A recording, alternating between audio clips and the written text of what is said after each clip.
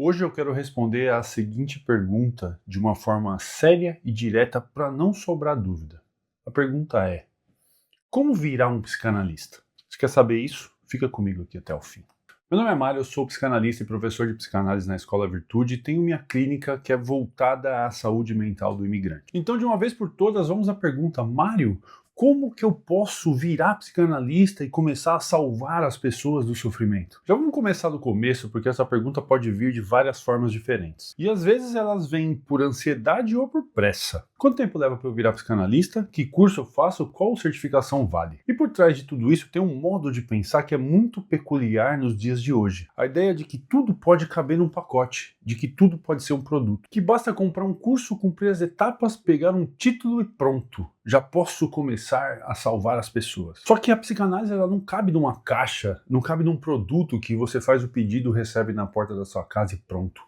Um analista não se fabrica. Se a gente trata a formação em psicanálise como objeto, o resultado é previsível. Forma-se alguém com um belo discurso, mas que não tem responsabilidade. Com opiniões camufladas em teoria, mas sem técnica. Com conteúdo, mas sem ética. A ética na psicanálise não é um enfeite moral. Não é ser bonzinho, seguir um código, não é uma checklist. A ética aqui é fundamento clínico, porque a clínica psicanalítica é onde a palavra tem peso, a relação tem força, é onde o inconsciente está na mesa. Quando o inconsciente está em jogo, o risco não é pequeno. O risco é sugestionar sem perceber, é buscar reconhecimento através do analisando, é responder com vaidade ao invés de perguntar, é usar a teoria como escudo para não ser afetado. Então, quando eu digo ética, eu trago uma pergunta que deve ser respondida na alma de todo mundo que pensa que quer ser analista. O que é que sustenta o setting e protege a clínica para que ela não se torne palco do narciso do analista? Isso não se aprende só lendo, não se compra em um curso, não resolve com um certificado na parede. Agora eu vou ser bem claro e bem técnico. O que sustenta a formação da psicanálise é o tripé analítico, que é composto pela análise pessoal, supervisão constante e estudo aprofundado, rigoroso e contínuo da teoria psicanalítica. E eu vou dizer por que sem romantizar, ó, vem comigo. O primeiro trabalho de qualquer analista é nele mesmo. Se a pessoa não enfrenta as suas fraquezas, as suas repetições, as suas neuroses, ela não entra na clínica para escutar, ela entra para repetir. Se uma pessoa não é capaz de escutar o seu próprio inconsciente, como que ela vai escutar o inconsciente do outro? A análise pessoal é o que reduz, ela nunca zera, mas ela reduz o risco de um analista querer salvar alguém para se sentir necessário, interpretar para se provar inteligente, conduzir a sessão para confirmar suas crenças, não conseguir suportar o silêncio porque o próprio silêncio o angustia, confundir o cuidar, o escutar, com o invadir. Não existe análise feita, não existe alta em análise do analista, porque o nosso inconsciente está constantemente em mutação por conta das interações com o outro. Existe análise em dia. Análise como compromisso vivo, porque você está clinicamente vivo nas sessões. Porque acontece uma coisa, pessoal, quando você atende, o discurso do outro, o discurso do analisando, o discurso do paciente, ele sempre te atravessa. O discurso do outro sempre vai tocar o analista. E se a análise do analista não estiver em dia, esse analista começa a atuar, a ser ativo, sem perceber. E o analista ele não está ali para atuar, ele não está ali para sugestionar, ele não está ali para dar conselhos, ele está ali para escutar, ele está ali para acompanhar. Ele tem que devolver o analisando o paciente para ele mesmo, sem poluir o discurso. Segundo pé do tripé, supervisão. A supervisão não é aula, a supervisão não é palestra, a supervisão não é para receber aplauso. A supervisão é onde você se expõe tecnicamente, onde um analista mais experiente te ajuda a pensar no seguinte, ó, onde você está se precipitando, onde você está com medo, onde você está interpretando demais, onde você está interpretando de menos, em que ponto o caso está te pegando. E aqui a ética entra como fundamento clínico. A supervisão é um dispositivo de proteção ao analisando o paciente. É onde o ego do analista não encontra palco para atuar. Não vira um ato solitário do ego do analista. Quem acha que supervisão é opcional quando começa a atender, em outras palavras, está dizendo: eu confio tanto em mim que eu não preciso ser confrontado. E isso, na clínica, é muito perigoso. Na clínica não existe eu já sei, não sabe.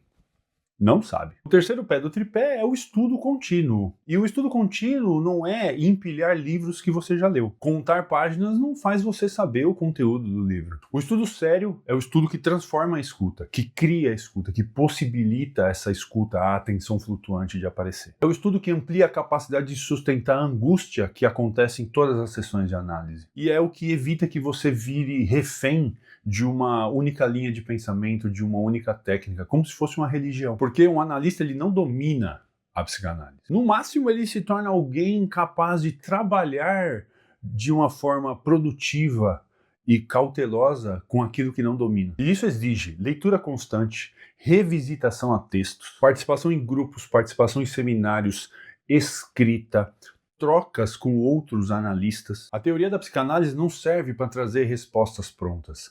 Ela serve para sustentar a capacidade de fazer perguntas melhores. E agora, eu sei que o que eu vou falar pode afetar muita gente que está no mercado, entre aspas, muitas aspas, mercado da psicanálise. E eu não estou aqui para atacar ninguém, eu estou aqui para ser rigoroso na função. O curso teórico ele pode ser bom, ele pode ser excelente, os melhores professores, mestres e doutores, mas curso teórico não forma analista. O que forma analista é o compromisso, a implicação do próprio analista ao tripé psicanalítico. Porque o risco maior de você crer que você é um analista só porque você fez um curso pode te levar a ser uma pessoa que apenas tem um discurso robuscado, um amplo repertório de conceitos, uma vontade de aprender rápido. E aí você não tem um psicanalista, você tem uma pessoa que tem a fala psicanalítica, que muito dificilmente será capaz de suportar o que a clínica exige. Tempo, silêncio, limite, não saber e principalmente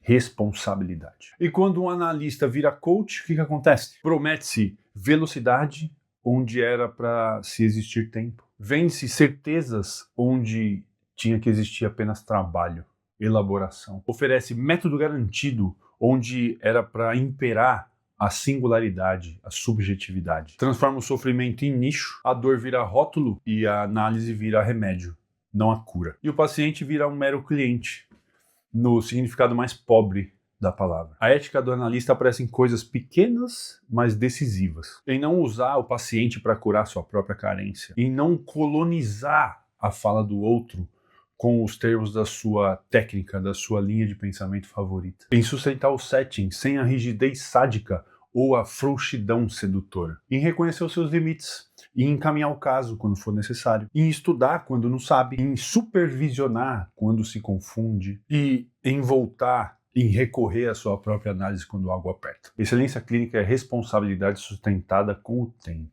Se você pensa em se formar, em se autorizar na analista, eu te deixo uma pergunta muito séria. Você quer ser analista ou você quer o lugar de analista? Porque o lugar de analista é status. Ser analista dá trabalho. E dá trabalho porque justamente exige renúncias. Renúncias à pressa, renúncias a tempo, renúncia ao seu próprio ego. E se você está buscando um analista, eu te deixo uma pergunta também. O profissional sustenta a formação contínua ou oferece atalhos para uma solução rápida? Psicanálise não é mercadoria porque o sofrimento humano não é produto. E porque a clínica é o compromisso ético com a subjetividade de quem está deitado no divã. Ou, nos dias de hoje, do outro lado da chamada de vídeo. Formação séria não é certificado. É uma forma de existir, de ocupar o seu lugar na poltrona, o seu lugar na clínica. Análise em dia, supervisão constante e estudo rigoroso. E se agora seu narciso está exposto e mesmo assim você quer entrar nessa, eu tenho um convite para você. Eu te convido a conhecer a Escola Virtude, a escola na qual eu dou aula. É a escola que te oferece todas as ferramentas necessárias para te ajudar a se entender e, principalmente, se autorizar a ser um psicanalista ou uma psicanalista. É na Virtude que ensinamos a psicanálise apoiada constantemente no tripé analítico que eu expliquei hoje. Mais informações sobre a Virtude estão no comentário fixado e se vocês tiverem qualquer dúvida, eu estou completamente à disposição. Cuidem-se. Seguimos.